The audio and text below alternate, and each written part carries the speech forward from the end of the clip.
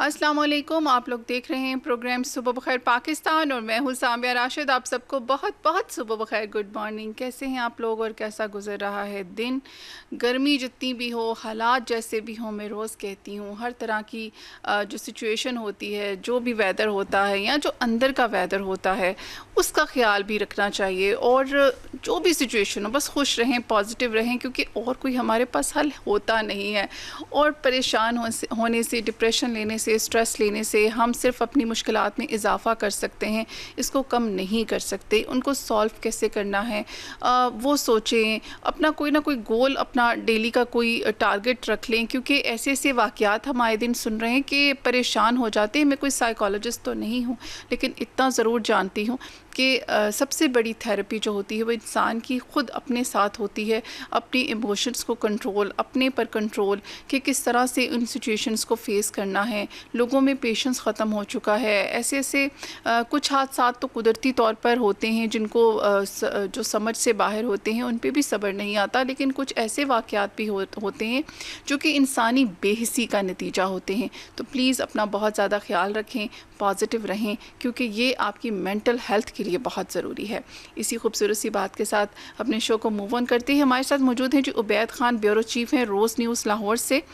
शहर के मुख्तलिफ़ इलाकों में जैसे कि बिजली की गैर एलानिया लोड शेडिंग का सिलसिला जारी है, इस हवाले से वो हमारे साथ अपनी रिपोर्ट शेयर करेंगे। जी अस्सलाम वालेकुम। वालेकुम अस्सलाम सामिया। बिल्कुल, शहर के अंदर वक्फे वक्फे से गैर एलानिया लोड शेडिंग का सिलसिला ताहाल जारी है और कई मुतअद्दिद इलाके शहर के ऐसे हैं कि जहां पर 4 से 5 घंटे तक भी कभी लोड शेडिंग का शहरी को सामना करना पड़ता है। न सिर्फ इससे कारोबारी निज़ाम जो है वो मुतासिर होकर रह गया, बल्कि मामूलात ज़िंदगी शदीद मुतासिर है। और शहर के अंदर इस वक्त दर्जा हरारत जो है वो 48 से 47 डिग्री सेंटीग्रेड तक पहुंच चुका है मैक्सिमम, और जिसके बाद कहा जा सकता है कि सूरज आग बरसा रहा है। जमीन जो है वो तपश के साथ लोगों को शदीद परेशान कर रही है। तो इसी के साथ अगर गैर एलानिया लोड शेडिंग होगी तो यकीनन उससे शहरियों को मजीद परेशानी का सामना करना पड़ेगा। इस वक्त जो बिजली की डिमांड है वो 4720 है, और जबकि जो एनपीसीसी की जानिब से बिजली फराहम की जा रही है वो 4230 फराहम की जा रही है। और इस वक्त 500 मेगावाट बिजली के शॉर्टफॉल का सामना है शहर में, जिसके बाइस जो है कि शहर के अंदर गैर एलानिया लोड शेडिंग वक्फे वक्फे से होती है। 1 घंटा बिजली मौजूद है मुतअद्दिद इलाकों में, तो दूसरे घंटे पे बिजली मौजूद नहीं है। शहरियों को बारहा बिजली के भारी भरकम बिल जो है वो मसूल हो रहे हैं, और लेकिन उसके बावजूद शहरी ये मुतालबा करते हुए दिखाई दे रहे हैं कि बिजली आती नहीं है, मगर बिजली के बिल घरों के अंदर जरूर अरसाल किए जाते हैं। ताहम शहरियों की जानिब से ये भी मुतालबा किया गया है कि गैर एलानिया लोड शेडिंग का सिलसिला जो है फिलहाल वो खत्म किया जाए, ताकि शहरी जो है यहाँ पर पहले ही गर्मी के सताए हुए हैं तो उन्हें मजीद परेशानी का सामना ना करना पड़े। मगर इसके साथ साथ जिस तरह से मैंने बताया है कि 4720 मेगावाट बिजली की डिमांड है और 4230 एनपीसीसी की जानिब से बिजली जो है फराहम की जा रही है। 500 मेगावाट बिजली के शॉर्टफॉल का इस वक्त सामना है। जब तक ये शॉर्टफॉल जो है वो होगा, क्योंकि हमेशा जब भी आती है बिजली का होता है, इसके लिए बर वक्त जो है इंतजामात ने बहुत ज्यादा जरूरी के मुकाबले से इस बार जो गैर एलानिया लोड शेडिंग का आवाम को सामना करना पड़ रहा है, तो ये उस बात की कली है कि आवाम को इससे पहले जो है उसकी तैयारी नहीं की गई थी।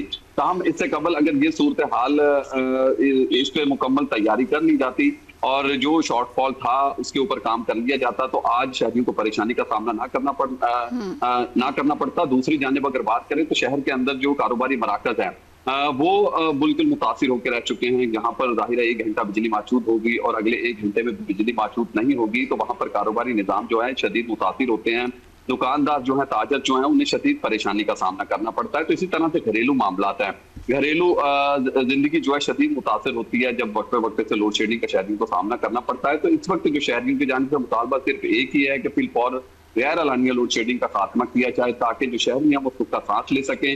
और यकीनन इस वक्त शहर के अंदर जो मौसम की सूरत हाल है वो बिल्कुल अबतर होती हुई दिखाई दे रही है। दिन ब दिन जो गर्मी की शिद्दत है उसके अंदर इजाफा हो रहा है, और बादल बरसने के अभी तक चांसेस मौजूद नहीं है। लेकिन महकमा मौसमियात की जानिब से आज ये पेशन गोई की गई है कि आइंदा 24 घंटों के दौरान जो है कि बारिश हो सकती है। इस वक्त शहर के आसमान के ऊपर बादल जो है मंडलाते हुए दिखाई दे रहे हैं, मगर शहर के अंदर हवा का दबाव जो है वो काफी कम है, जिसके बाइस नमी के तनासुब के अंदर इजाफा हुआ है। तो ये सूरत हाल है शहर की, और इसी के साथ साथ शहरियों को गैर एलानिया लोड शेडिंग का सामना जो है वो भी करना पड़ रहा है। जी अच्छा, आपको क्या लग रहा है ये लोड शेडिंग जो है ये कब तक बरकरार रहेगी?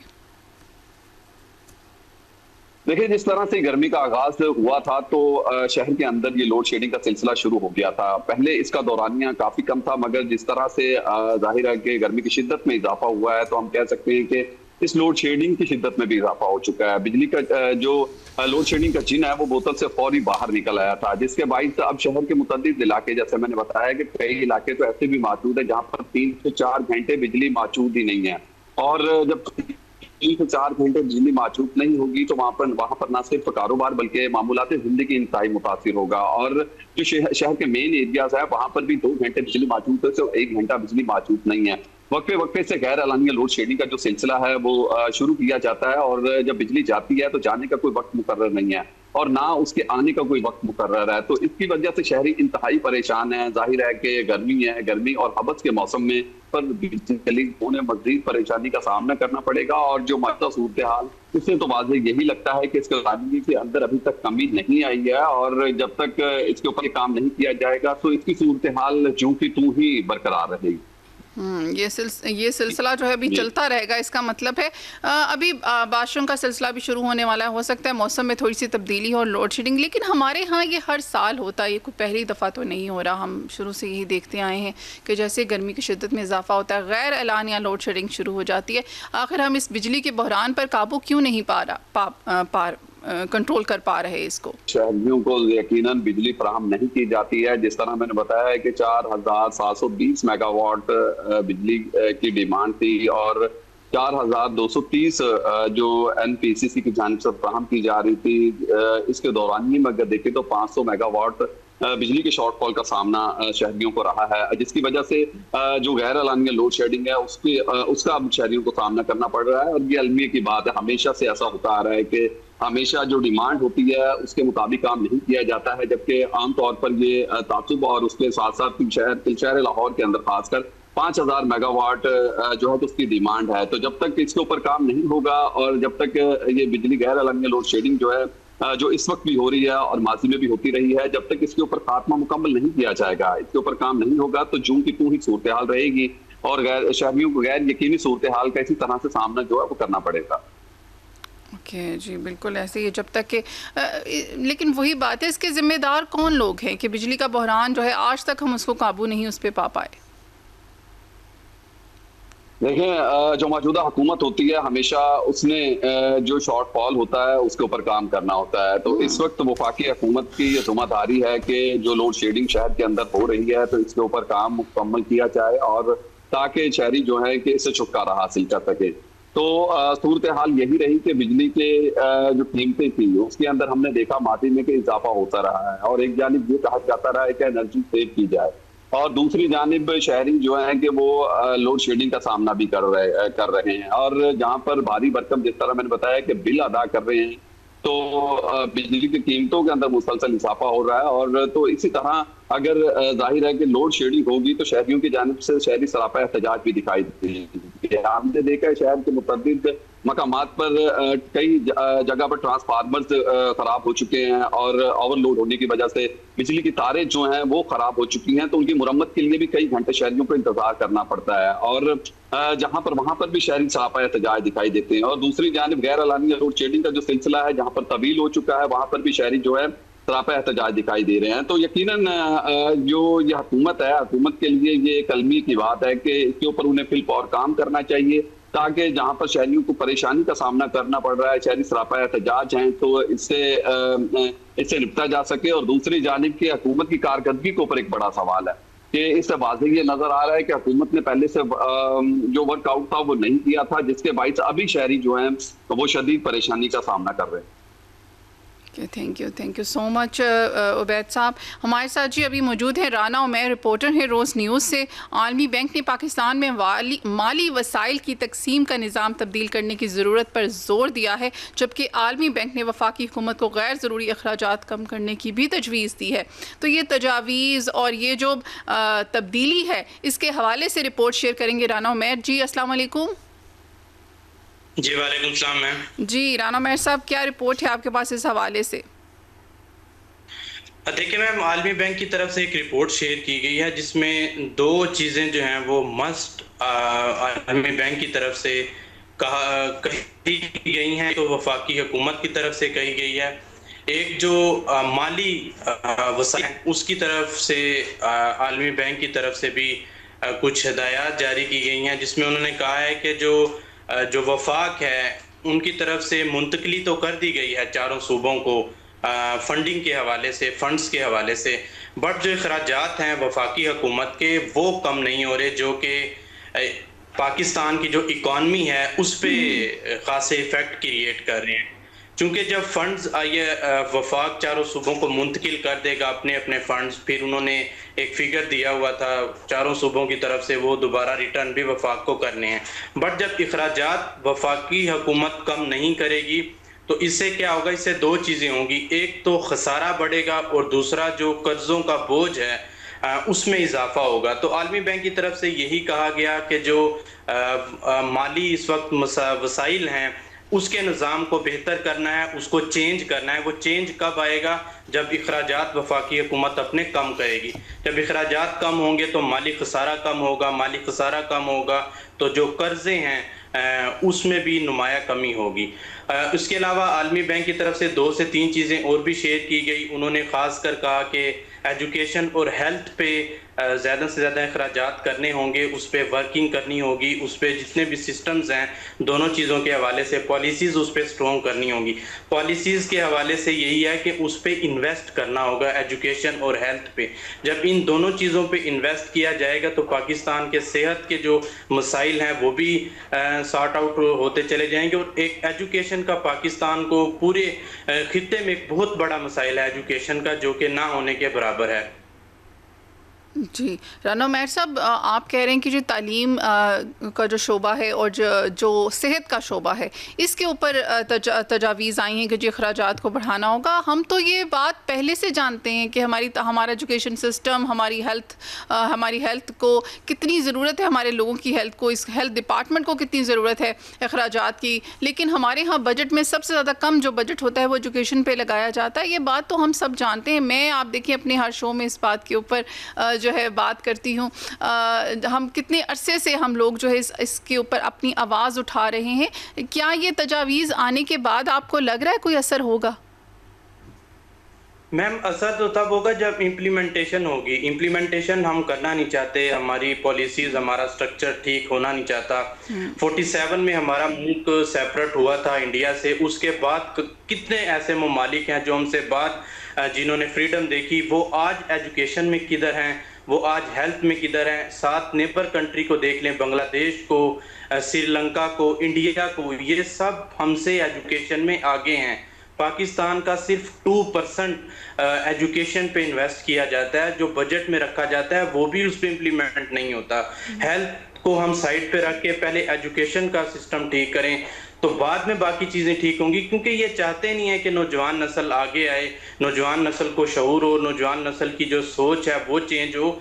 जब तक एजुकेशन नहीं होगी, एजुकेशन सिर्फ पढ़ाई की नहीं होती, एजुकेशन बहुत सारी चीज़ों की होती है। पढ़ाई एक बेसिक, जिसको हम कहते हैं बुनियाद है, वो है किसी भी नौजवान नस्ल की। जब 60% यूथ जिस कंट्री में हो उसके पास एजुकेशन ना हो, वो कैसे अपनी सोच को चेंज करेंगे?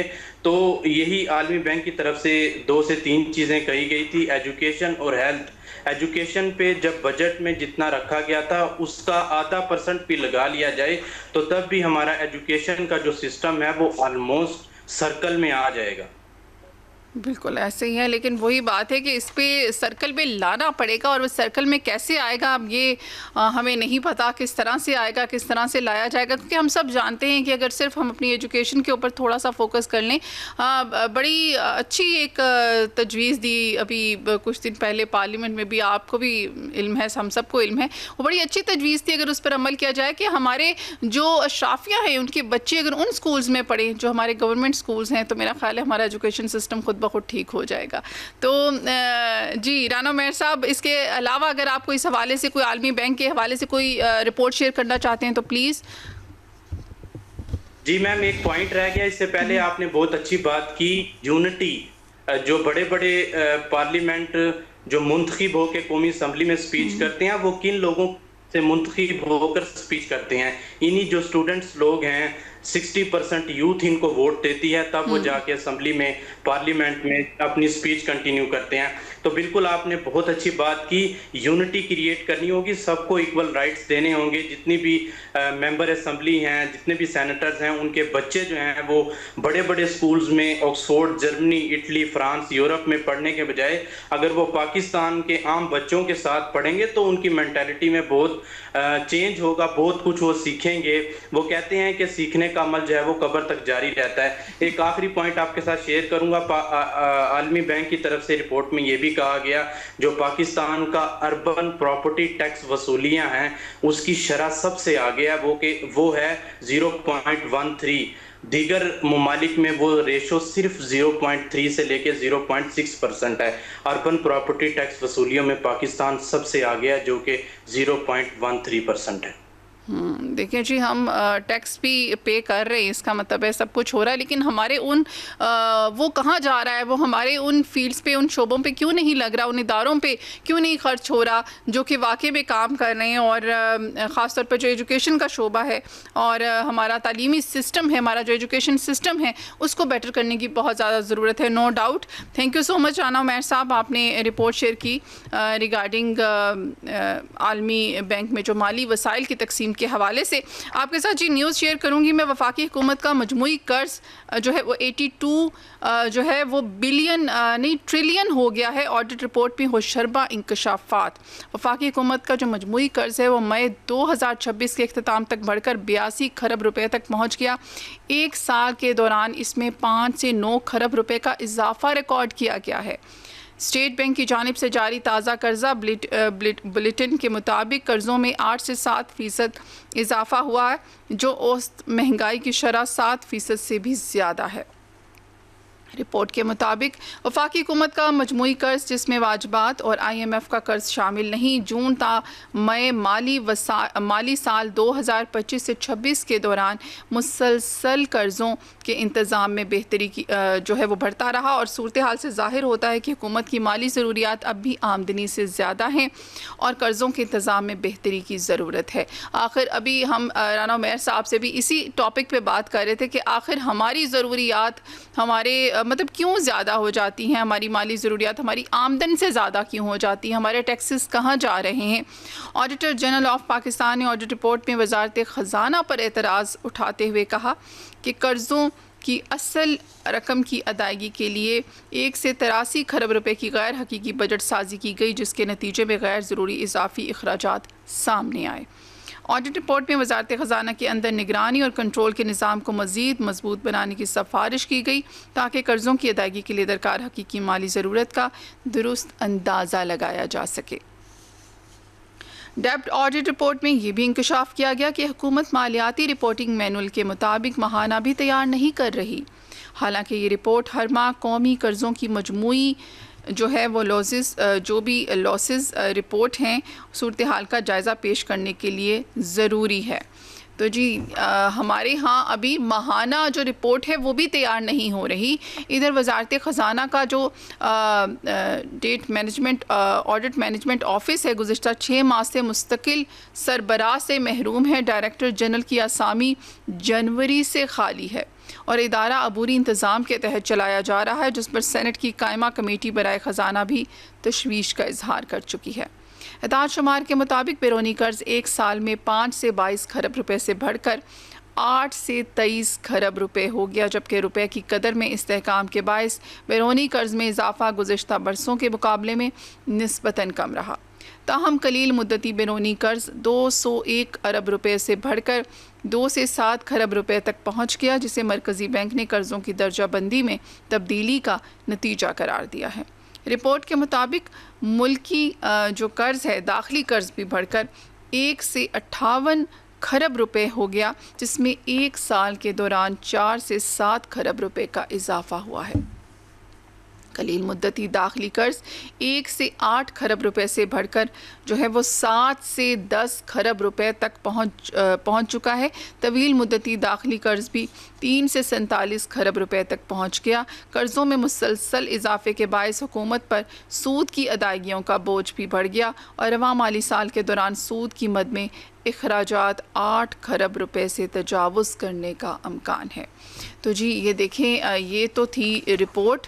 जो मजमूई कर्ज़ है वो आपको फिर से बताते चलें कि वो 82 खरब रुपए हो गया है, जो कि बहुत ज़्यादा हो गया है अगर देखा जाए। और स्टेट बैंक की जानिब से जो है वो जारी ताज़ा कर्ज़ा जो है बुलेटिन के मुताबिक जो है कर्ज़ों में 7 से 8% जो है 7 to 8% जो है वो इंक्रीज़ हुआ है। ये कम नहीं हुआ, ये इंक्रीज़ हुआ है। और इस पे जो है वज़ारत ख़ज़ाना पर ऑडिटर जनरल ऑफ पाकिस्तान ने ऑडिट रिपोर्ट में उनके ऊपर जो है एतराज़ भी उठाया है। तो ये वाकई में बड़ी तशवीशनाक बात है कि हम कहाँ जा रहे हैं, हमारे बजट किस तरफ को जा रहे हैं। ये बड़ी सोचने की बात है। अगर अभी भी नहीं सोचेंगे तो कब सोचेंगे। टाइम होता है एक छोटी सी न्यूज़ ब्रेक का। स्टे ट्यून, मिलते हैं after the break. Welcome back. हम आ चुके हैं वापस और हमारे साथ मौजूद है राव मोहम्मद अफजल खान, प्रोफेसर हैं, एनालिस्ट हैं। सबसे पहले आपको उनसे मिलवाते हैं। अस्सलाम वालेकुम।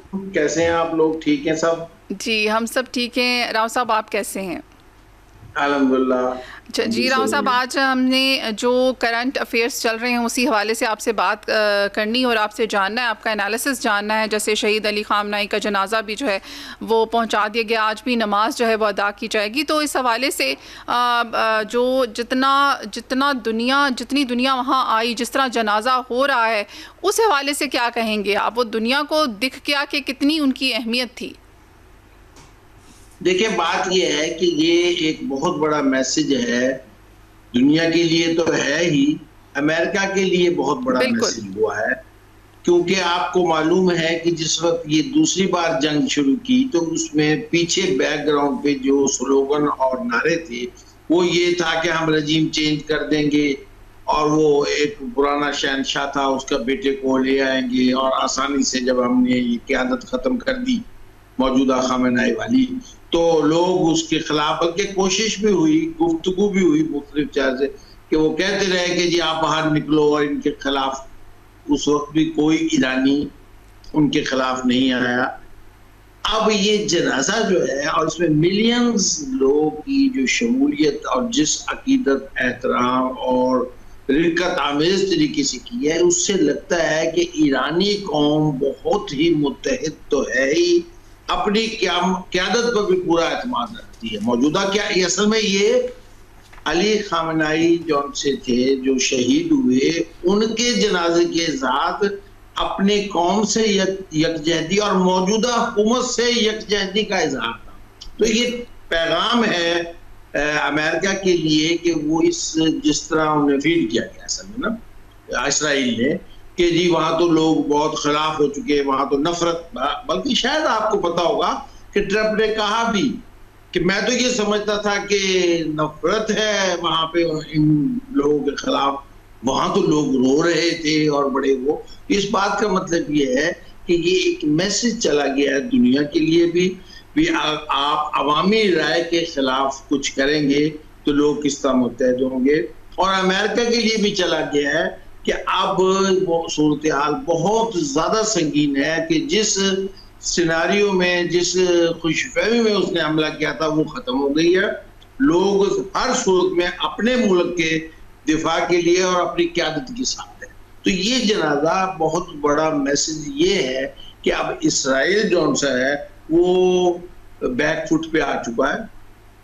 अमेरिका ने जो हमला किया था, और सारी दुनिया जानती है, बार बार सबने बताया भी है कि ये उसके इश्तिहाल दिलाने पर नेतन्याहू के, और साथ ही उसे ये खुशफहमी दिखाने के भी आप 2 दिन में या 3 दिन में ईरान फतह कर लेंगे, जिसे चाहे कि बिठा देंगे, और उसके बाद हम होंगे और हमारा राज होगा और तेरी वाह वाह हो जाएगी। वो चूंकि आपके सामने उस गुफ्तगू में तो जाने की जरूरत नहीं, वो चूंकि ईरानी कौम ने ये स्टैंड लेकर, असल में ये कुर्बानी के बगैर नहीं हुआ, ये जो कल का जनाजा था ये उस कुर्बानी का पहला हिस्सा था। उसके बाद तो उन्होंने बहुत कुर्बानियां दी। तो ये अब मैसेज है दुनिया के लिए कि लोग जब मुत्तहिद हों तो कोई कुछ नहीं बिगाड़ सकता। और मैं आपको एक और बताऊं, इस सिनेरियो में ये ज़हन में रखें कि ये अब दुनिया के अमन के लिए भी पैगाम है। आप तो ये समझ लोगे ना, शायद ये जो बयानात आ जाते हैं रोज, कभी ईरान वालों के और कभी अमेरिका वालों के, अमन के लिए पैगाम है कि अब अमन ही काम होगा, क्योंकि जब लोग मुत्तहिद हो जाए तो कौमों से कोई नहीं लड़ सकता, अफराद से तो लड़ सकता है। तो अब ना तो जंग होगी इंशाल्लाह, ना अमेरिका जुर्रत करेगा इस जो कल के परसों के बिलियंस लोगों के सड़कों पे इस तरह निकलने का है। आपको याद होगा अफवाहें भी फैला देते हैं कि जो उनके ये हो जाएगा, वो हमला कर देंगे, लाखों करोड़ों लोग मारे वगैरह। उसके बावजूद वो सब लोग निकले। तो अमन कायम होने की वो शुरुआत जिसका मैं आपको जिक्र कर रहा था, वो शुरू हो चुकी है। और जल्द ही आप देखेंगे, बावजूद इसके कि ये छोटे मोटे होते रहेंगे, जल्द आप देखेंगे कि मुआहदा भी हो जाएगा बाकायदा तरीके से, और वो बावकार तरीके से लोग रहना शुरू कर देंगे। अमेरिका अपने हिसाब से जो समझेगा कि मैं सही तरीके से बैक हो गया इस जंग से, और ईरान अपने हिसाब से कि हमने अपना दिफा अच्छी तरह कर लिया, ये मुआहदा भी हो जाएगा। और ये अच्छी अलामात हैं मुस्तकबिल के लिए, मेरा अपना ख्याल है, दुनिया के लिए। ओके, बिल्कुल ऐसे ही है। अच्छा, आपने कहा कि जो है अमेरिका जो है वो इस वजह से इज़राइल ने उसे पुश किया या जो भी था, लेकिन अभी भी हम देखें तो ट्रंप का बयान आया है जी कि उसने फिर एक दफ़ा ईरान को धमकी दी है। अब दो ही रास्ते हैं, या तो मुआहदा कर ले या फिर अमेरिका फैसला कुन कार्रवाई करेगा। उन्होंने मज़ीद कहा है कि हम 1 घंटे के अंदर ईरान के पुल को तबाह कर सकते हैं, इसका बिजली का निज़ाम मफलूज कर सकते हैं और इसके जदीद पावर प्लांट्स को नाकारा बना सकते हैं, लेकिन मैं फौजी कार्रवाई के बजाय सफारती हल को तरजीह देता हूं। इसके हवाले से क्या कहेंगे, क्योंकि ट्रंप के जो बयानात हैं वो साथ में उस तरफ दूसरी तरफ मुज़ाकरात भी चल रहे हैं, मुआहदों की तरफ भी आ रहे हैं, लेकिन साथ साथ ये बयानात भी आ रहे हैं दोनों तरफ से। इसको किस नज़र से देखते हैं आप? इसको बिल्कुल अल्लामा इकबाल ने कहा है, उसको दूसरा मिसरा फिट आता है, लहू गर्म रखने का है एक बहाना। पहला तो इस पे आता ही नहीं है फिर।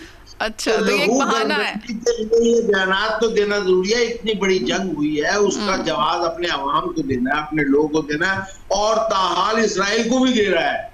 यानी बावजूद इसराइल से कहता है देखो उसने ये कह दिया, उसने वो कह दिया, तो वो अब जवाब देने के लिए एक सियासतदान है, और सियासतदान ने अपनी रेपुटेशन का, अपने वोट बैंक का ख्याल करना होता है। तो ये बयानात आते रहेंगे। और आपने ये कहा कि मजीद कहा, ये कोई मजीद नहीं कहा, यही पहले दिन से वो कह रहा है कि मैं 1 घंटे में ये कर दूंगा या 2 घंटे में खंडर बढ़ा दूंगा। आपको पता है बयानात तो इससे भी सक सकता है। आपको याद होगा उन्होंने कहा कि ये तहजीब भी मिटा दी जाएगी। बिल्कुल, अभी भी वो ऐसी बातें कर रहे हैं, लेकिन ईरान की तरफ से भी मुसलसल जवाबात आ रहे हैं कि वो ऐसा सोचे भी ना। बिल्कुल, दोनों की तरफ से आएंगे और तो होगा, लेकिन दोनों ही समझते हैं कि जंग जौन सी है अमेरिका जीत नहीं सकता, और ईरान जाकर अमेरिका, देखें अगर वो इस काबिल होता है ईरान कि अमेरिका पे बम मार सकता, तो ये जंग पहले दिन ही खत्म हो जाए, 1 सेकंड ना लगता।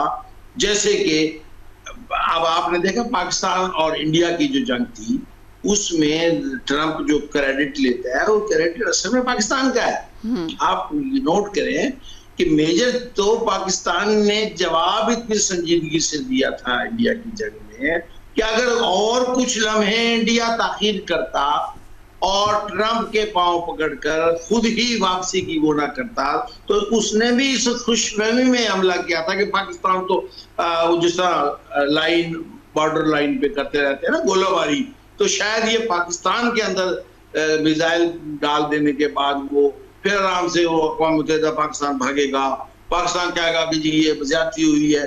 लेकिन पाकिस्तान ने जितने शद्दोमत से, जितनी बहादुरी और जुर्रत से इस मौजूदा हुकूमत और फील्ड मार्शल की क़यादत में जवाब दिया, इंडिया खुद बैक कर गया। क्यों? उसकी वजह यह थी उसके बाद की जो जंग थी वो आउट ऑफ कंट्रोल हो जानी थी।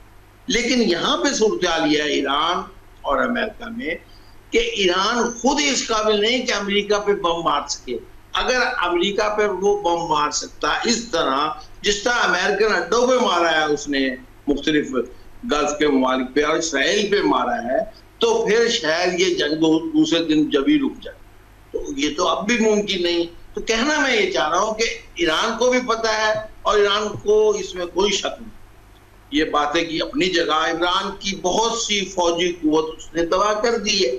चाहे है ईरान कोई फैक्ट्री तो नहीं है हर चीज बनाने की, वो तादाद कम की तो फौजी कुव्वत कम की है। और अमेरिका को ये पता लग गया है कि अब एटम बम वो भी नहीं मार सकता। अब सारे उसके बाद एटम बम मारने का तो जवाब ही खत्म हो गया कि एक फेक जंग बनाई, वो साबित भी हो गई। अब किस तरीके से ये एटमी, अगर खुदा ना खास्ता एटमी की तरफ जाते हैं तो एटमी जंग तो फिर दो ममालिक के दरमियान महदूद नहीं रहती। तो कहना ये चाह रहा हूँ कि दोनों को पता है, ये देख लेना इन बयानात के बावजूद बड़े आराम से ये सुलह जो हो, सुलहनामा एक किस्म का हो चुका है। इस्लामाबाद अकार्ड MOU जो साइन हुआ वो सुलहनामा ही था।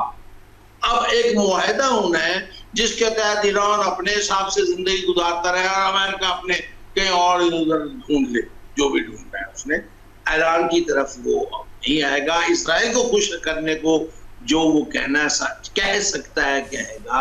ये भी आप ज़हन में रखें कि अब ये बयानात ही रहेंगे। अगर कल को इसराइल पर कोई हमला करता है, इसराइल की हरकतों की वजह से, इसराइल तो सबूताज करना चाहता है ना लबनान की सूरत आपके सामने, तो फिर अमेरिका उसके लिए लड़ेगा नहीं जिस तरह उसके लिए लड़ा है। ये बड़ी अहम बात है। बिल्कुल ऐसे ही है। अच्छा, हमास की दस्तबरदारी के बाद क्या समझते हैं गजा में फिर कौन हुकूमत करेगा? और ये अली शाद का बड़ा जिक्र हो रहा है, इसके हवाले से क्या जानते हैं? अच्छा, ये ऐसे है कि ये जो मामला हुआ है ना, ये बाकायदा एक आपको पता है वो अमेरिका ने जो वो एक पीस अकॉर्ड या वो जो कमेटी बनाई और जो वो इब्राहिम अकॉर्ड वगैरह साइन हुए थे, उसका एक हिस्सा है। उसके हिस्से में ये शामिल था कि हमास इंतजामी उससे एक बोर्ड बनेगा जिसको ये अब हमास ये इंतजामी अमूर जो हमास से माल थी वहाँ पे गजा में, वो उन्हें दे दिए जाएंगे। तो हमास ने यही कहकर बैक किया है कि हम नहीं चाहते कि कोई जवाब मिले कि हम कोई रुकावट डाल रहे हैं अमन की राह में, हम कोई सारे इसमें। तो ये टेक्निकली वो जो बोर्ड होगा उसमें निगरानी के तौर पे हमास तो करता रहेगा ज़ाहिर है जब तक कोई रहता है, लेकिन ये कि वो फिलिस्तीनी उसमें भी शामिल। और ये नहीं, इस बात का मतलब ये नहीं कि इसराइल के हवाले कर दिया, ये एक उस बोर्ड के हवाले कर दिया और खुद ट्रंप फिलहाल उसका सरबराह है। तो जाहिर है कि ये एक प्लान के और एग्रीमेंट के तहत, बिल्कुल एक प्लान के तहत हुआ। अच्छा, इस सारे सिनेरियो में आप इजराइल को कैसे देखते हैं? क्योंकि इजराइल जो है उसने बिल्कुल साफ अल्फाज में कह दिया हम सिर्फ अमेरिका पर इन्हिसार नहीं करते, हम उस पर डिपेंड नहीं करते, इंडिया भी हमारा दोस्त है। हाँ बिल्कुल सही है, बिल्कुल ऐसे ही है जैसे कोई आदमी ये कहे कि जनाब अली मैनू ना छेड़ी, मैनू कुछ ना कहीं, वरना मैं ख्वाब से एक बंदा रखे हुआ है जड़ा तेनू ऐ कर देगा। वो ये पंजाबी मैंने इसलिए बोली है कि इंडिया अपने आप को संभालेगा कि दुनिया से लड़ेगा। देखिए ये बिल्कुल ऐसी धमकी दी है उसने कि उसे अपनी पड़ी हुई है।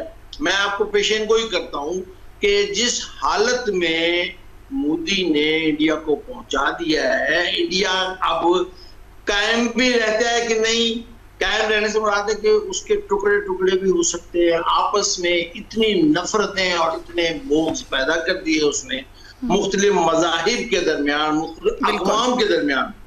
तो वो है कि उस पर इंसार करना। फिर यह है कि अमेरिका क्या करेगा ना, आप जरा नोट करें, इंडिया जो जहाज तो अपना उड़ाकर पाकिस्तान से उधर जा नहीं सकता, वो इंडिया बताओ कैसे करेगा? जरा उससे पूछो कि वो ऐसे ड्रोन भेज देगा जैसे ड्रोन पाकिस्तान पर हमले के बाद इजराइल जैसे राफेल भेजे थे, जैसे राफेल भेजे थे। हाँ, यानी ड्रोनों, अब यानी किस पता नहीं कोई जिस मुल्क ने इतनी बड़ी बड़ी जंगें लड़ ली, उसे ये कह के जी आप परे हट जाओ, हमारे साथ इंडिया है। तो भाई इंडिया अब अपना बचाए। बिल्कुल ऐसे ही है।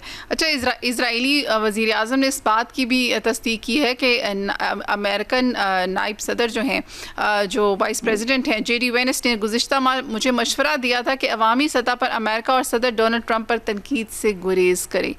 इसके हवाले से क्या कहेंगे? ये बड़ी अहम बात है, बहुत अहम बात है। उसकी वजह ये है कि ये शख्स जिसने अमेरिका को धकेला इस जंग में, उसने साथ अपने आप को, बल्कि मुझे पता नहीं वो सही है या गलत, कुछ देर पहले मैं नजर से सरसरी गुजरा था जिसपे ट्रंप ने किसी सवाल के जवाब में कहा था कि सबको पता है कि बॉस मैं हूं या नेतन्याहू। बात यह है कि उसने ये साबित करने की और बयानात के जरिए ये कोशिश की कि अमेरिका की क्या जरूरत है कि जिस तरह हम चाहें वो ना हो, जो अगर वो हम ये करना चाहें तो वो जब वो बात कर रहे हो हम बमबारी करने का पावर रखते हैं, हमारा अमेरिका कुछ नहीं बिगाड़ सकता।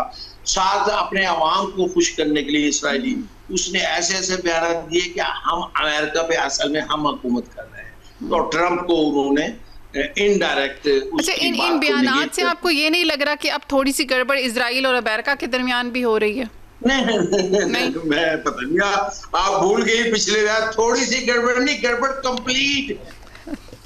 आपको मैंने पिछले प्रोग्राम में कहा था कि नेक्स्ट टू जो ट्रंप है वो JD वेंस है, और JD वेंस ने अब तक जो बयान दिया है उसमें सबसे बड़ा बयान है, जिसके अगर आप बैकग्राउंड में चले जाएं और तज्जिया निगार से सही बताएंगे कि कभी अमेरिका ने इसराइल से रिलेटेड ये बयान नहीं दिया।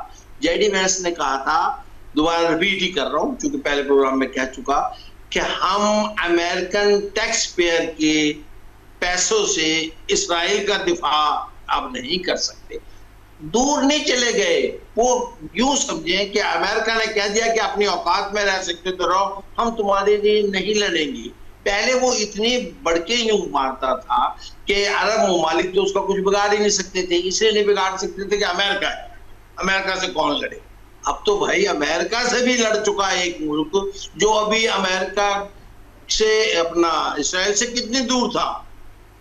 अब आप देखें कि ये जो धमके दे दे के कह रहा है कि मैंने छाट दो, मुझे कुछ ना कहो, अगर ये अरब ममालिक आज तहिया कर लें और सिर्फ इसे फिजिकल हमला कर दें इसराइल पे, तो आपको पता है कि कितनी तादाद है इनकी और कितनी तादाद है। फिजिकल हमला तो हुआ ही नहीं ना, ये तो सिर्फ हमले हुए हैं मिसाइलों के।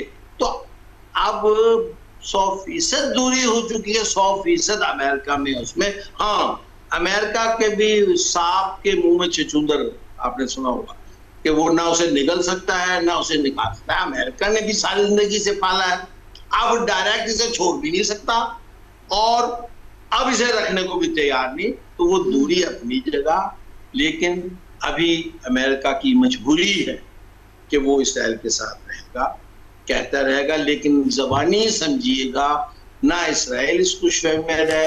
हाँ, अगर इसराइल समझता है कि इंडिया के पास जाके वो बच सकता है तो भाई वो वहां से इसराइल छोड़ के फिर इंडिया में ही बसेंगे जाके। इसराइल तो छुड़वा देंगे फिर लोगों को। अगर वो ये इस पे अमेरिका पे इत्तफाक करना फिर भी कोई बात थी, मैं ये कहना चाहता हूँ। तो जो मुल्क यहाँ तक कहने पे आ जाए भी इस बात का मतलब कि वो दूरियां इतनी है तो उसने इनडायरेक्ट अमेरिका को बताया है कि अगर तू नहीं होगा तो इंडिया होगा। आप नोट कर रहे हैं ना मैं क्या कहना चाहता हूँ, कि उसने अमेरिका को कह दिया भी अगर तुम साथ में दोगे तो इंडिया दे लेगा। भाई वो जो शख्स, जो मुल्क अपना आप पता नहीं बचाता है कि नहीं बचाता, तो ये है कि अमेरिका की दूरी पक्की है। और JD वेंस जो है उसके बयान को मैं बहुत अहमियत, अच्छा, मेरी नजर में जी बहुत है। अच्छा, लेबनान के हवाले से क्या कहेंगे? उसमें पायदार अमन जो है ईरान के किरदार के बगैर मुमकिन नहीं, ये जो है मोहम्मद बाकर कालिबाफ उनका बयान भी आ गया है, क्योंकि लेबनान जो है उस पर इजराइल बाज नहीं आ रहा अटैक करने से। तो इसको आप किस तरह से देख रहे हैं कि इसके क्या कॉन्सिक्वेंसेस होंगे इन फ्यूचर? इसराइल, माफ कीजिएगा मैं समझा, इसराइल लंदन पर अटैक कर रहा है। लेबनान की बात करें, ठीक है, मैं बड़ा परेशान हो गया। नहीं, वो नहीं आएगा। बात यह है कि ये मछली पत्थर चाट के ही वापस आएगी। उसे तो सबूताज करना ही करना। वो तो ये चाहता है कि अमेरिका को मुलव्वस रखे, ये लफ्ज मुलव्वस है कि इन्वॉल्व रखे, किसी सूरत अमेरिका उन्हें छोड़ ना दे। और अमेरिका को जाहिर है जब तक ये जंग की हालत रहेगी उस वक्त तक अमेरिका को जवाब तो रहना पड़ेगा। अब आ तो गया ना, अब बयान देख लें आप, ईरान के भी उतने सख्त आ रहे हैं, अमेरिका भी हो रहे आज एक दिन में छोड़ देंगे, वो भी कहते हैं कि हम इंतकाम लेकर छोड़ेंगे, कि चल रहा है ना। तो ये लबनान वाली जो सूरत हाल है ये क्रिटिकल है, लेकिन थोड़ी सी इसमें पॉजिटिव ये आई है कि उधर अमेरिका और लबनान और ये इन्होंने इसराइल को मिला के जो मुआहदा किया है, हुकूमत कौन सी है वो भी, अब लबनान की हुकूमत की बात करें, वो भी उस तरफ आ रही है। अब रह गया ये हिजबुल्लाह का मामला। अगर ये ईरान का और अमेरिका का समझौता पाया तकमील तक पहुंचा है तो ये भी इसराइल यहाँ पे बैक फुट पे आ जाएगा, और जब बैक फुट पे आ जाएगा तो ये भी तो हो सकता है, जरा समझे कि जब सारा मुआहदा हो जाए और इसराइल इस मुआहदे के हक में नहीं है तो अमेरिका जैसे ही बैक करेगा फिर हो सकता है कि एक जंग हो सकता है कि एक जंग सीधी लबनान और इसराइल की हो, फिर जो देखी जाएगी। इसराइल खुद तो इस काबिल नहीं अकेला, वो जो कह रहा है कि हम अकेला, तो किसी से भी नहीं लड़ सकता। हाँ, अगर लड़ सकता है तो ऐसे ममालिक से लड़ सकता है जिनकी अपनी फौजें नहीं है, लेकिन जिनकी अपनी बाकायदा अस्करी कुव्वत है और जो लोग बाकायदा लड़ सकते हैं उनसे तो नहीं लड़ सकते। बिल्कुल ऐसे ही है। Thank you so much Rao साहब, बहुत अच्छा लगा आप ने हमें ज्वाइन किया और बड़े अच्छे से आपने एनालिसिस किया। जी वाकई इस सारी बात से रिज़ल्ट यही निकलता है कि इजराइल ने बास नहीं आना, लेकिन ये जो अमेरिका और ईरान के दरमियान कॉन्फ्लिक्ट चल रहे हैं ये अब बेहतरी की तरफ आ रहे हैं। Thank you so much, thanks again जी। इसके साथ ही आपके साथ जी न्यूज़ एक शेयर कर लेते हैं, मॉनसून के हवाले से है, और बलूचिस्तान में जी मॉनसून की पेशकदमी हो चुकी है। 7 और 8 जुलाई को शदीद बारिशों की जो है वो पेशगोई है, और इसमें महकमा मौसमियात ने बलूचिस्तान के मुख्तलिफ अजला में मॉनसून की फ़ाल बारिशों की पेशगोई करते हुए अवाम और मुसाफिरों को अलर्ट कर दिया है। महकमे के मुताबिक 7 और 8 जुलाई को सूबे के कई इलाकों में गरज चमक के साथ तेज़ बारिशें मतवक्को हैं, जो न सिर्फ ज़रूरी सरगर्मियों के लिए खुश आइंद हैं बल्कि सैलाबी सूरत हाल और लैंड स्लाइडिंग का ख़तरा भी पैदा कर सकती हैं। महकमा मौसमियात के ताज़ा तरीन अपडेट के मुताबिक ज़ोब, शेरानी, कोलू, नसीराबाद और डकी अजला में आम बारिश का अमकान है, जबकि हरनाई, लोरालाई, सिब्बी, बारखान, मूसा खेल, खजदार, डेरा बगटी और उनके गर्दोनवा में गरज चमक के साथ तेज़ बारिश मतवक्को है। बाज़ मकामात पर मूसलाधार बारिश भी हो सकती है। महकमा मौसमियात के हुकाम ने बताया कि मानसून की यह लहर बलूचिस्तान के बेशतर बालाई और वस्ती इलाकों को मुतासर करेगी। बारिशों के दौरान पहाड़ी इलाकों में लैंड स्लाइडिंग, नशीबी इलाकों में पानी जमा होने और बाज़ नदी नालों में तुग़यानी का ख़तरा मौजूद है।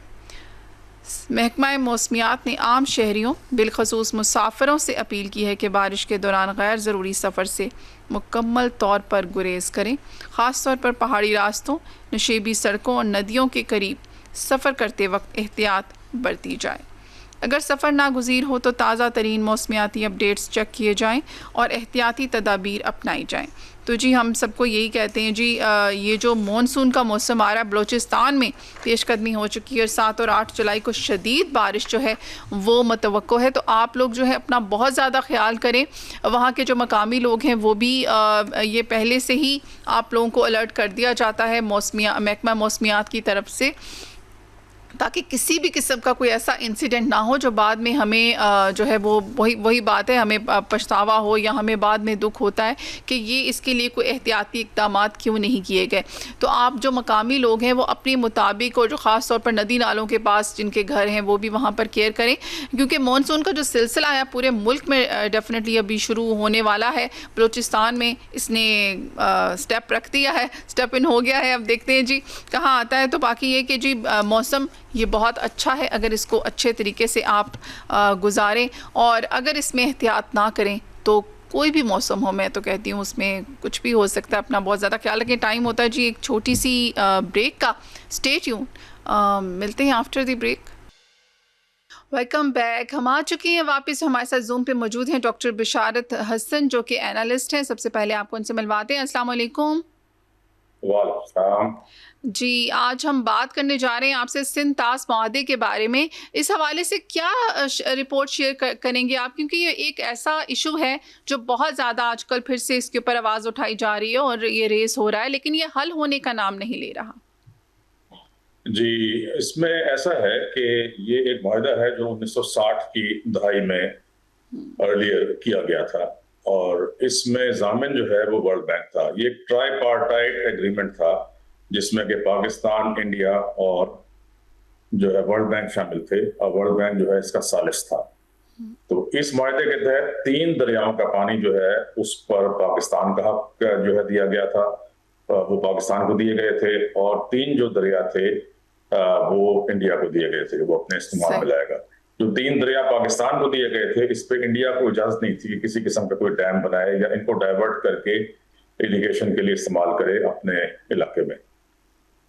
उनको सिर्फ इजाजत ये थी कि इन 3 दरियाओं पे वो run of the river type hydro power projects लगा सकते हैं, जिसमें कि डैम ना हो, पानी को रोक नहीं सकते थे वो, क्योंकि पाकिस्तान एक लोअर राइपेरियन कंट्री है, और ये इसका जो जितना भी इरिगेशन का दारोमदार है, इसमें जो खुशहाली का दारोमदार है, इस पानी जो है वो उसकी बुनियादी जरूरत है, और पाकिस्तान जो है इन 3 दरियाओं पर डिपेंड करता है। सिर्फ मानसून का जो सीजन होता है उसमें जो है पाकिस्तान के और सोर्सेज जो हैं पानी के वो काम आते हैं, जिसमें ग्लेशियर्स के पिघलने से पानी आता है, और इसके अलावा जो ज्यादा बारिशें होती हैं मानसून सीजन में, स्पेशली जुलाई अगस्त में जो अब शुरू हो चुका है, इसमें जो बारिशें होती हैं, इसके अलावा पाकिस्तान का जो सोर्स है पानी का वो बाकी 10 महीने में वो यही 3 दरिया हैं। तो दूसरे ये है सबसे बड़ी बात जो मैं आपको बताऊं कि ये जो माहिदा है, क्योंकि ये ट्राइलेटरल एग्रीमेंट है, इसको यूनिलैटरली इंडिया खत्म नहीं कर सकता। इंडिया के प्राइम मिनिस्टर ने, जो कि हिंदुत्व का और आरएसएस का और बीजेपी का लीडर है, उन्होंने पाकिस्तान को, मुसलमानों को जो है परेशान करने के लिए और पाकिस्तान में कहत जैसी सूरत हाल पैदा करने के लिए जो है ये ऐलान किया कुछ अर्सा पहले कि हम पाकिस्तान का पानी जो है बंद कर देंगे उन दरियाओं से जो पाकिस्तान को जाता है, और उसने अपने तौर पर कहा कि हम इस माहिदे को नहीं मानते, हम इस माहिदे को खत्म कर रहे हैं। जैसे मैंने पहले इंडिया डॉक्टर साहब, इंडिया हमेशा इसी तरह का थ्रेट देता है पानी को लेकर ही, उसके मतलब वो यही कर सकता है। आई थिंक उसके यही बयानात होते हैं, कभी हमने नहीं देखा कि उसने कोई पॉजिटिव बयान दिया हो। बिल्कुल सही आप कह रही हैं, और जब से ये गवर्नमेंट आई है बीजेपी की, और ये इसकी मोदी की जो पॉलिसीज हैं वो इस्लाम दुश्मन, मुसलमान दुश्मन पॉलिसीज हैं, तो ये पाकिस्तान को इस तरीके से पानी के जो है मामले में बहुत बुरी तरह परेशान करना चाहता है, कहत पैदा करना चाहता है पाकिस्तान में। ना सिर्फ ये कि इसने 3 दरिया ये रोके हैं, बल्कि जो काबुल रिवर है जो अफगानिस्तान से आता है पाकिस्तान में, उसके ऊपर भी इंडिया अपने पैसे से डैम बना रहा है जो तकरीबन मुकम्मल होने के नजदीक है, और उसके बाद जो अफगानिस्तान से पानी पाकिस्तान में आता है उसको भी वो रोक देगा। तो अब आप ये देख लें कि इसकी पॉलिसी ये है कि पाकिस्तान को बिल्कुल बंजर कर दिया जाए। इसके ऊपर पाकिस्तान की गवर्नमेंट और पाकिस्तान की मिलिट्री का मौकफ बिल्कुल वाजे है। कल भी जो कोर कमांडर्स की कॉन्फ्रेंस हुई है उसमें ये कहा गया है कि हम इसको बिल्कुल जो है नहीं मानते कि इस तरीके से पाकिस्तान का पानी रोका जाए, और पाकिस्तान इस मामले को, जो मोदी ने ये कहा कि मैं इस माहदे को खत्म करता हूं, इस मामले को लेकर वो इंटरनेशनल कोर्ट में भी चला गया, और वहां से भी जो है पाकिस्तान के हक में फैसला है, और ये कहा गया है कि यूनिलैटरली इंडिया जो है इस माहदे को खत्म नहीं कर सकता, क्योंकि ये 3 जो है इसमें फरीक शामिल है, पाकिस्तान, इंडिया और वर्ल्ड बैंक। तो एक जो है फरीक वो इसको बिल्कुल खत्म नहीं कर सकता। तो इस तरीके से पाकिस्तान की पोजीशन बहुत स्ट्रांग है, लेकिन क्योंकि मोदी का जो है मोटो यही है कि उसने मुसलमानों को परेशान करना है, उनको कत्लेआम करना है, और जब पानी रुक जाता है तो इससे करोड़ों लोगों की जिंदगी वाबस्ता है, तो उनको जो है ये फूड सिक्योरिटी का हमारा प्रॉब्लम आ जाता है, हमारा वाटर सिक्योरिटी का प्रॉब्लम आ जाता है, हमारा एनर्जी सिक्योरिटी का मसला आ जाता है। तो फूड सिक्योरिटी, एनर्जी सिक्योरिटी और वाटर सिक्योरिटी के लिए हमें ये पानी चाहिए जो कि हमारा हक है, बीइंग लो राइपेरियन कंट्री, और कोई इसको रोक नहीं सकता। और ये जो है अगर रोकेगा तो ये जो है पाकिस्तान को जंग की तरफ ले जा रहा है, और इसको हथियार के तौर पर इस्तेमाल कर रहा है, ताकि पाकिस्तान जो है वो तंग आकर जो है इसके साथ इस मामले पर झगड़ा करे, और जो है ये मामला खराब होता चला जाए। तो ये सब होते हाल है बेसिकली। जी डॉक्टर साहब, तो हमारे पास क्या पॉलिसीज हैं, हम किन पॉलिसीज पे अब काम कर सकते हैं? हमारे इदारे क्या पॉलिसीज वो हैं बना रहे हैं जो इसको रोक सकते हैं, या इसके ऊपर हम कुछ इक़दाम करें जिससे ये कंट्रोल किया जा सके? देखिए, पाकिस्तान ने सफारती तमाम ज़राए इस्तेमाल कर लिए हैं, दुनिया में भी इस जो है इशू को बहुत उजागर किया है। अभी आपने देखा होगा लास्ट वीक भी इसके ऊपर एक इंटरनेशनल कॉन्फ्रेंस कराई गई थी, डायलॉग कराया गया था इस्लामाबाद में, जिसमें कि तमाम सफीरों को भी इनवाइट किया गया था और इंटरनेशनल एजेंसीज को भी इनवाइट किया गया था, उनके सामने भी सब चीज़ रखी गई है। लेकिन बात यह है कि ये ऐसा ही है जैसे मोदी के आगे बीन बजाने वाली बात है, उस पर इसका कोई असर नहीं होना। वो सिर्फ ताकत की ज़बान समझता है।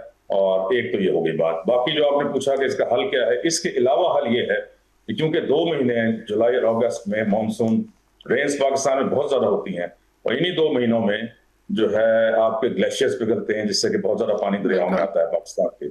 और इन्हीं 2 महीनों में इंडिया भी ये पानी नहीं रोक सकता, इन 3 दरियाओं का पानी इंडिया भी नहीं रोक सकता, और बल्कि इससे ज्यादा भी जो पानी वहां पर इन मानसून रेंज में जो इंडिया में होती है वो पाकिस्तान की तरफ उसको धकेल देता है, जिससे कि बहुत बड़ा सैलाब इन तीनों जराए से, यानी मानसून रेंज जो होती है पाकिस्तान में, जो ग्लेशियर्स पिघलते हैं, जो इंडिया पानी पाकिस्तान की तरफ छोड़ता है इन 2 महीनों में, इनसे बहुत ज्यादा सैलाब भी आता है, तबाही आती है, और ये सारा पानी जाकर समुद्र में गिर जाता है और इस्तेमाल नहीं होता। तो पाकिस्तान को फौरी तौर पर यह करना चाहिए कि स्मॉल डैम्स बनाए और जगह जगह इन दरियाओं पर बनाए। इससे 2 फायदे होंगे। एक तो यह है कि आपके मुल्क में जो सैलाब आता है वो नहीं आएगा, क्योंकि ये पानी जो है ये डैम्स में स्टोर हो जाएगा, और दूसरे उसको आप रेगुलेट कर सकेंगे पूरा साल, वो पानी अपनी जरूरत के मुताबिक आप हर इलाके को दे सकेंगे। तो ये इसका बुनियादी हल है। डॉक्टर साहब, आपने जैसे तजवीज़ दी है, बहुत सारे लोग ये तजवीज़ देते हैं, आखिर ये हुकूमत को क्यों नहीं सुनाई देती, क्यों नहीं इस पे अमल हुआ? हर साल हम सैलाब देखते हैं, हर साल हम इससे इतनी तबाहियां देखते हैं, और एक टाइम आता है कि पानी ही नहीं होता हमारे पास, तो क्यों हम ऐसे इक़दाम नहीं कर रहे? उसकी वजह यह है कि और कोई तजवीज़ देता नहीं है। इनके जो मिनिस्ट्रीज हैं, डिपार्टमेंट्स हैं, उनमें कोई भी इन्होंने एक्सपर्ट्स नहीं रखे हुए। इनका एक जो इंडस वाटर कमिश्नर था, उसने पाकिस्तान को सुना यह है कि वो दुश्मन के साथ मिला हुआ था, उसने पाकिस्तान को ये पता ही नहीं लगने दिया कि इंडिया जो है वो इन दरियाओं का पानी डाइवर्ट कर रहा है। उसके अलावा आप ये देखें कि पिछले 30 साल में इंडिया में 5000 बड़े डैम्स बने हैं, 5000 मैं बात कर रहा हूँ, जबकि इस अरसे में इंडिया ने अपने एजेंट्स के जरिए पाकिस्तान में एक भी डैम नहीं बनने दिया। 30 साल में पाकिस्तान में ये एजेंट्स कितने ताकतवर हैं कि हम एक भी डैम नहीं बना पाए? जी हाँ, जैसे आप देख लें कलाबाग डैम को किस तरीके से एक इशू बना दिया गया, सियासी इशू बना दिया गया। तो इनके एजेंट्स इंडिया के, जिनको पैसा देता है, वो ब्यूरोक्रेसी में भी मौजूद हैं, वो सियासतदानों में भी मौजूद हैं, वो जो है एकेडेमिया में भी मौजूद हैं, वो हमारे जो है ऐसे नासूरों को तो फिर काट कर फेंक देना चाहिए। मैं तो कहती हूँ जो अपने मुल्क के लिए इतना बड़ा खतरा बन चुके हैं कि आप देखें कि 5000 डैम्स और हमारे यहाँ देखें एक भी डैम नहीं, और हमें कितनी सख्त ज़रूरत है। तो ये तजावीज़ आपने, क्योंकि आप एनालिस्ट भी हैं और आप काम भी कर रहे होंगे इस शोबे से, तो रिलेट भी करते होंगे, तो क्या आप लोगों ने ये तजावीज़ जो हैं वो हुकूमत के सामने पेश की हैं कि इस दफ़ा इस पे कुछ अमल होना चाहिए?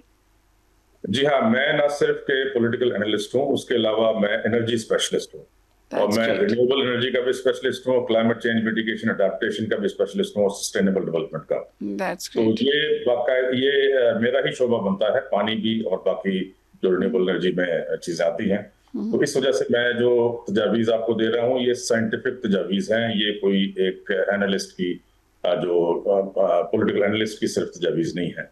तो ये चीजें गवर्नमेंट को हम दे सकते हैं, हमारे पास आए, हम उनको हर तरह का जो है टेक्नोलॉजी भी देंगे, उनके साथ काम भी करेंगे, उनको बताएंगे कि आपने क्या इकदाम फौरी तौर पर करने हैं, कि जब तक पाकिस्तान जो है वो ताकत के जरिए इंडिया से इन 3 दरियाओं का पानी नहीं लेता, आपने किस तरीके से मानसून सीजन में, जो मैंने 3 सोर्सेज आपको बताए हैं कि ग्लेशियर्स पिघलने का, मानसून रेंज पाकिस्तान में होने का, और इंडिया की तरफ से पानी हमारे दरियाओं में छोड़ने का, सैलाब लाने के लिए, ये जो 3 सोर्सेज से पानी आता है 2 महीनों में, जुलाई अगस्त में, इसको किस तरीके से आप स्टोर कर सकते हैं और उससे बिजली भी बना सकते हैं, और उसको रेगुलेट करके अपनी इरिगेशन के लिए भी इस्तेमाल कर सकते हैं, जिससे आपको वाटर सिक्योरिटी, एनर्जी सिक्योरिटी और फूड सिक्योरिटी मिलती है। बिल्कुल।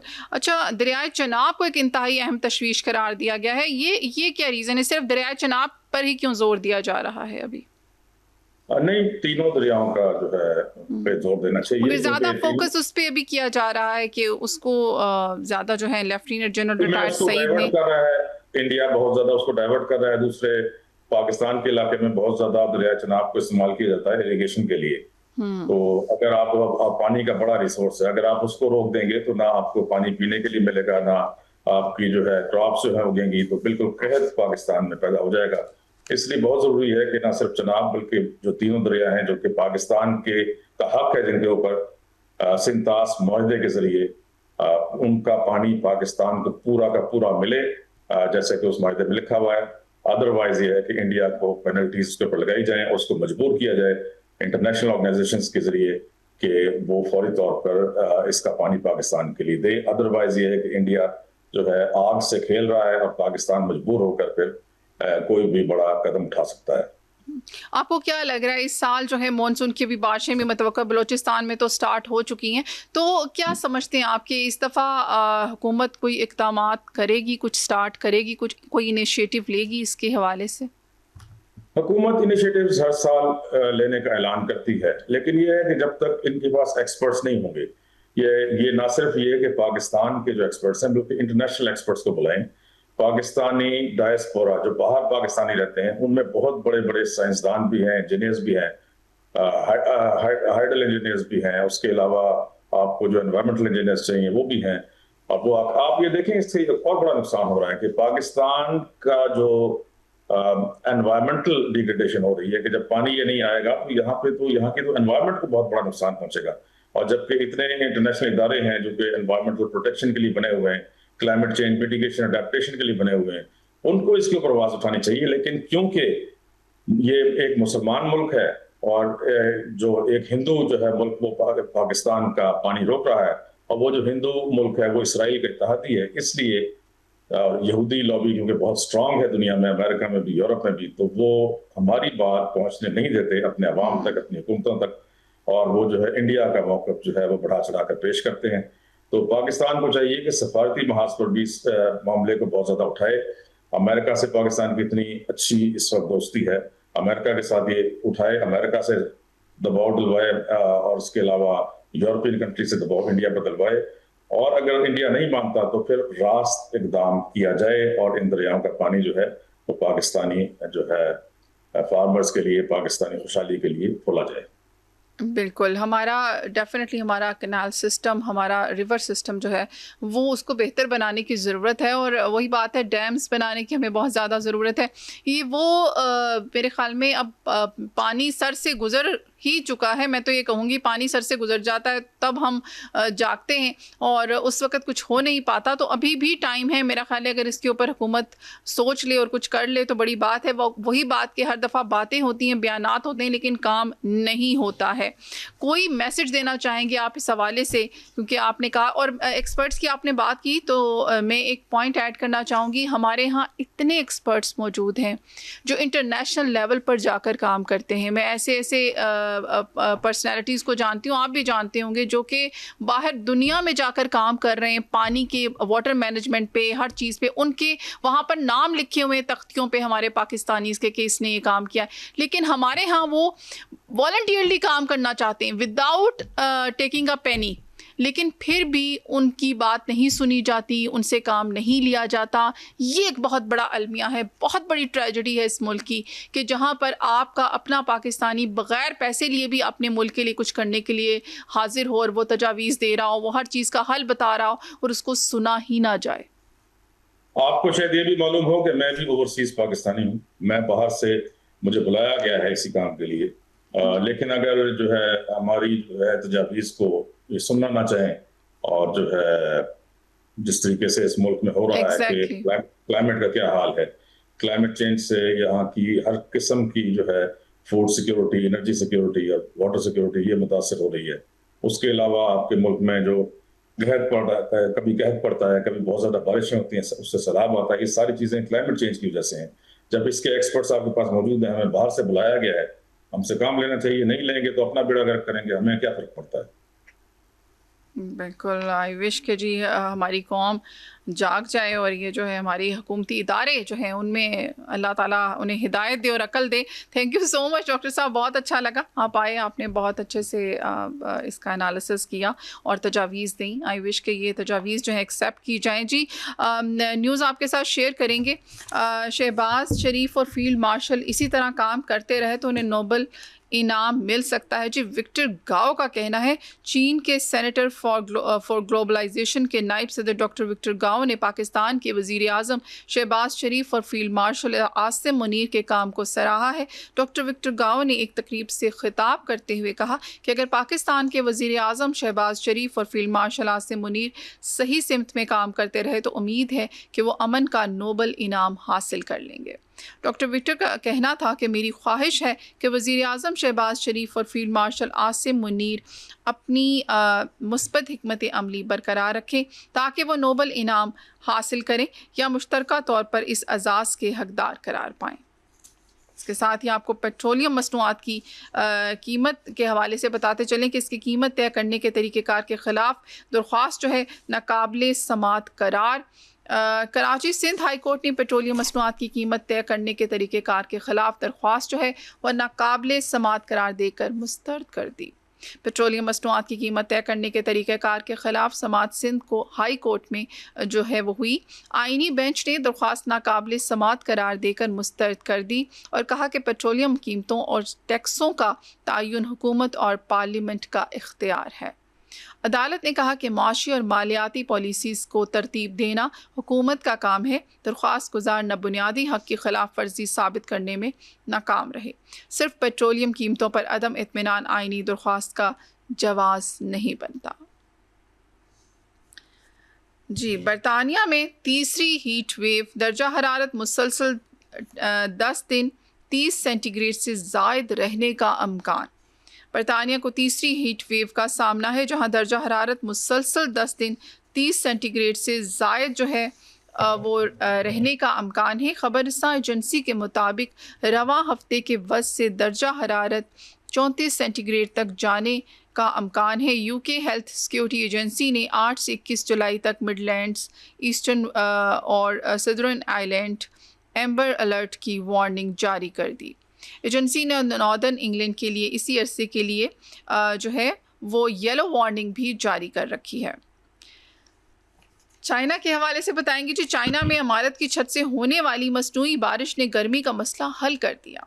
दुनिया के बेशतर ममालिक में दहाइयों से मौसम गर्मा से मुकाबले के लिए एयर कंडीशंस का इस्तेमाल किया जा रहा है, मगर चाइना में अब पुरहजूम अपार्टमेंट बिल्डिंग्स में शदीद गर्म मौसम के दौरान दर्जा हरारत को मामूल रखने के लिए नए तरीक़ों पर अमल किया जा रहा है। वे चाइना कभी पीछे नहीं रहता, इस बात को हम अप्रिशिएट करते हैं और मैं हमेशा से अप्रिशिएट करती हूँ कि ऐसी ऐसी टेक्नोलॉजी वो लेकर आता है जो कि हमें बड़ी इंटरेस्टिंग भी लगती है और पता चलता है कि वो काम कर रहे हैं। वो कौम ऐसी नहीं है कि वो बैठकर टाइम वेस्ट कर रही हो।